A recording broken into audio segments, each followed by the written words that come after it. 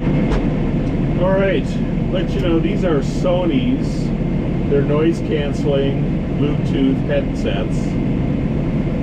I don't usually wear them outside of the tractor, only because they're pretty expensive. But in here, they really cut the engine noise, and then obviously I can connect to my phone and listen to radio or podcasts or whatever I decide that I want to listen to. I've got a bunch of glass hangers like this one here that holds the phone for me. I've also, the one that you're hanging on is a suction one. I've got a couple, this one's broken, it's a screw. But I've got a couple of cup holders in here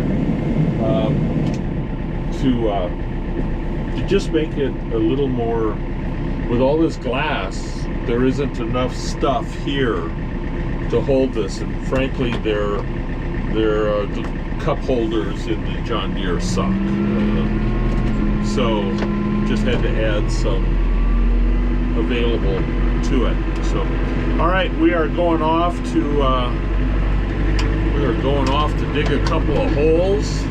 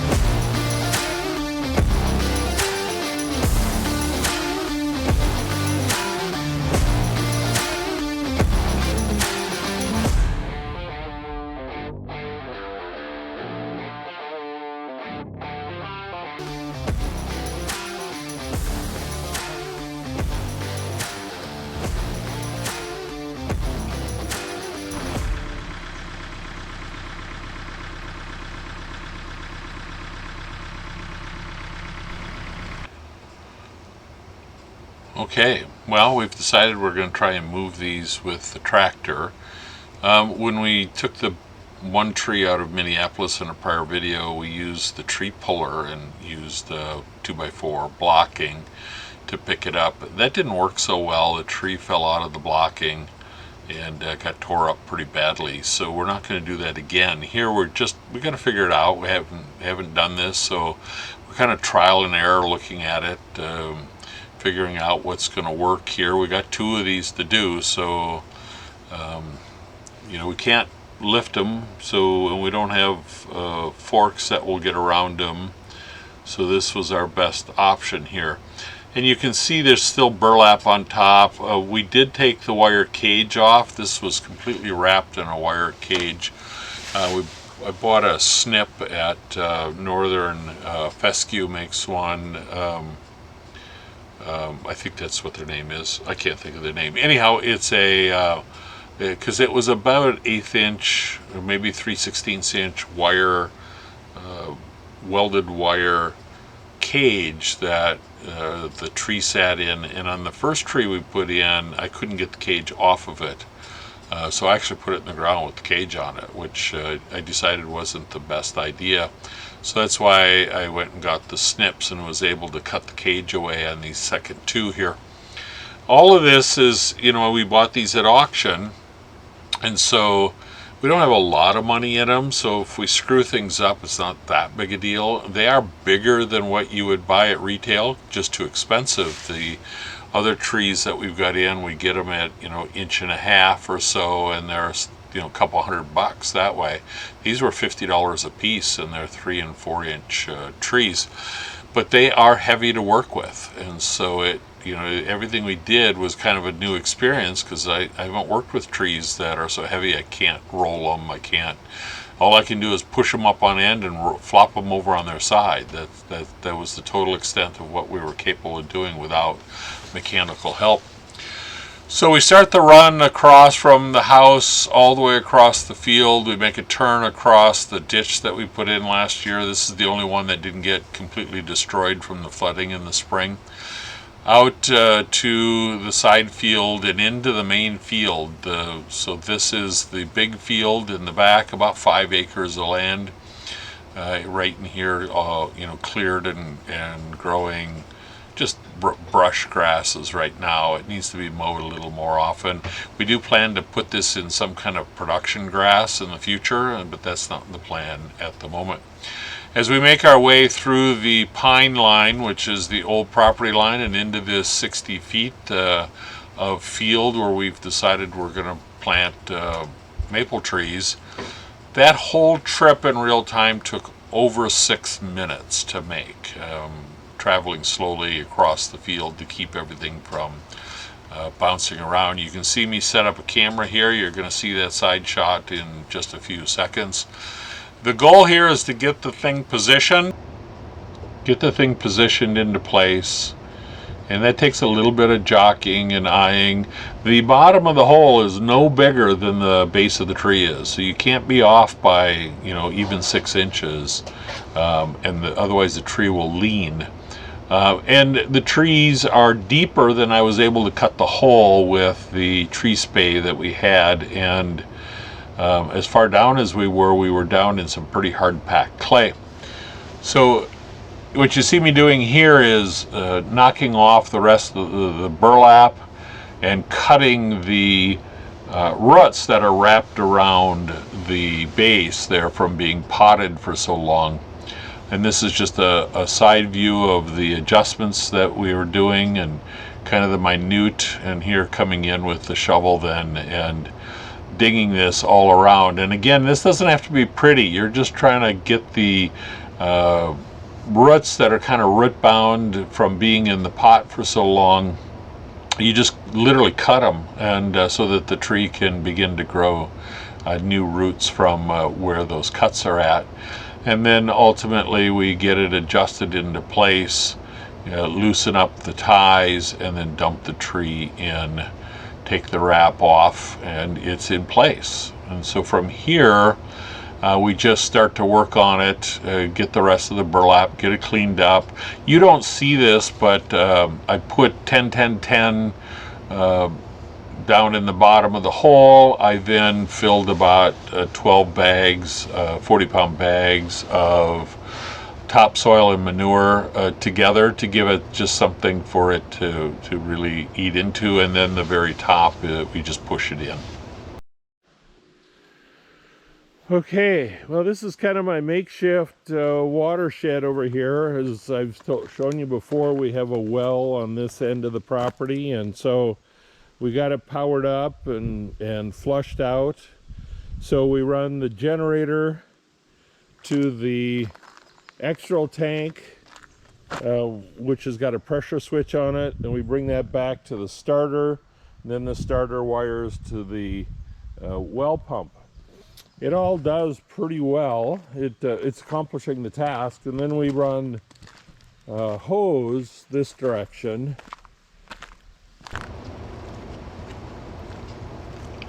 Note the piles of lumber here. This is lumber that I've been acquiring for different projects, and we're stacking it here because this is where we anticipate the next use will be.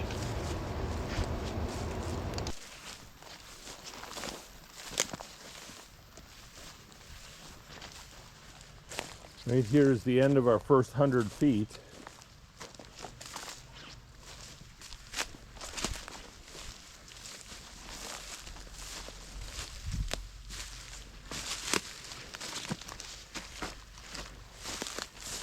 Then I got a bunch of it coiled up here. Come up to this manifold.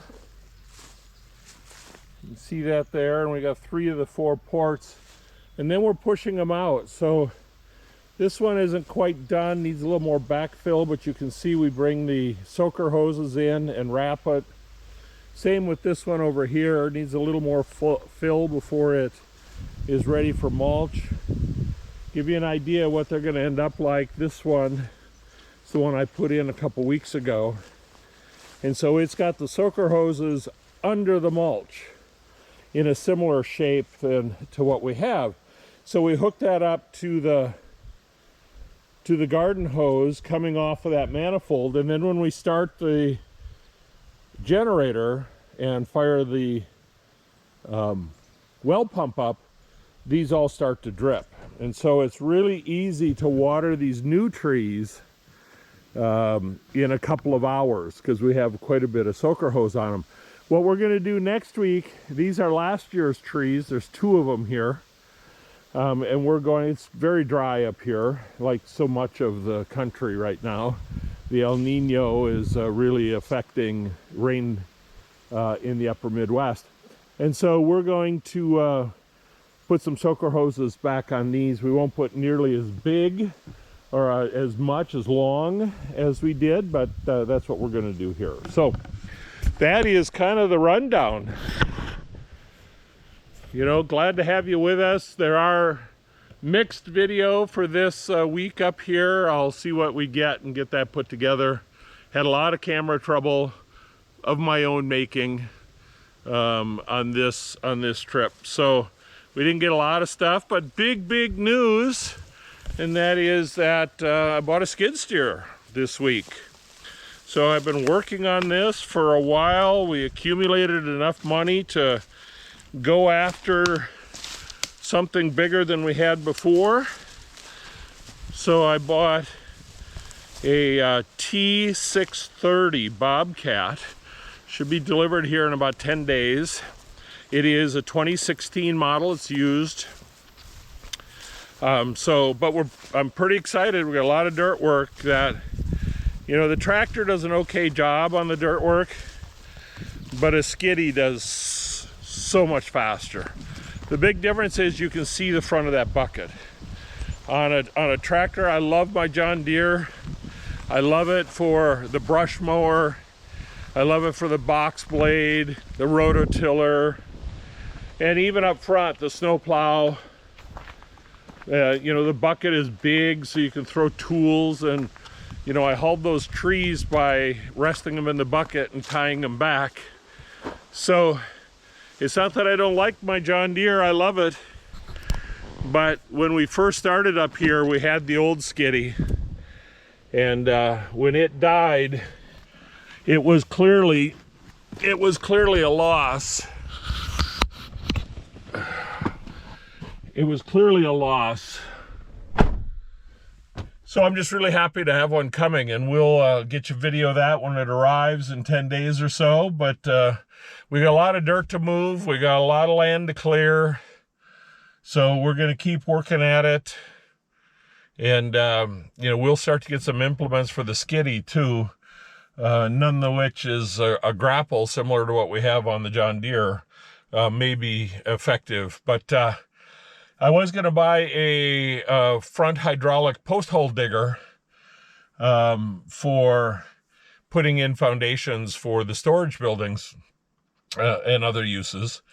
But now I'm going to put it on the front of the skid steer. It just makes sense to do it that way. And there are more people that create them and build mounts for the skid steer than for the John Deere Quick Attach. So the plan is to move that implement when we purchase it over to the skiddy, and it'll start to balance out between the two what we want. But we're really excited to have two pieces of equipment back on the farmstead, and cool. As I said, I'll keep you up to date. Thanks for watching. Tell your friends if they like this kind of content. You know, check us out. Give it a like, even if you don't want to subscribe. That helps. But most of all, if you want to subscribe, please do. It doesn't cost you anything, and it boosts the outreach of the channel. So give it a try. Give it a like. Give it a subscribe, and we'll see you on the next one. Bye bye.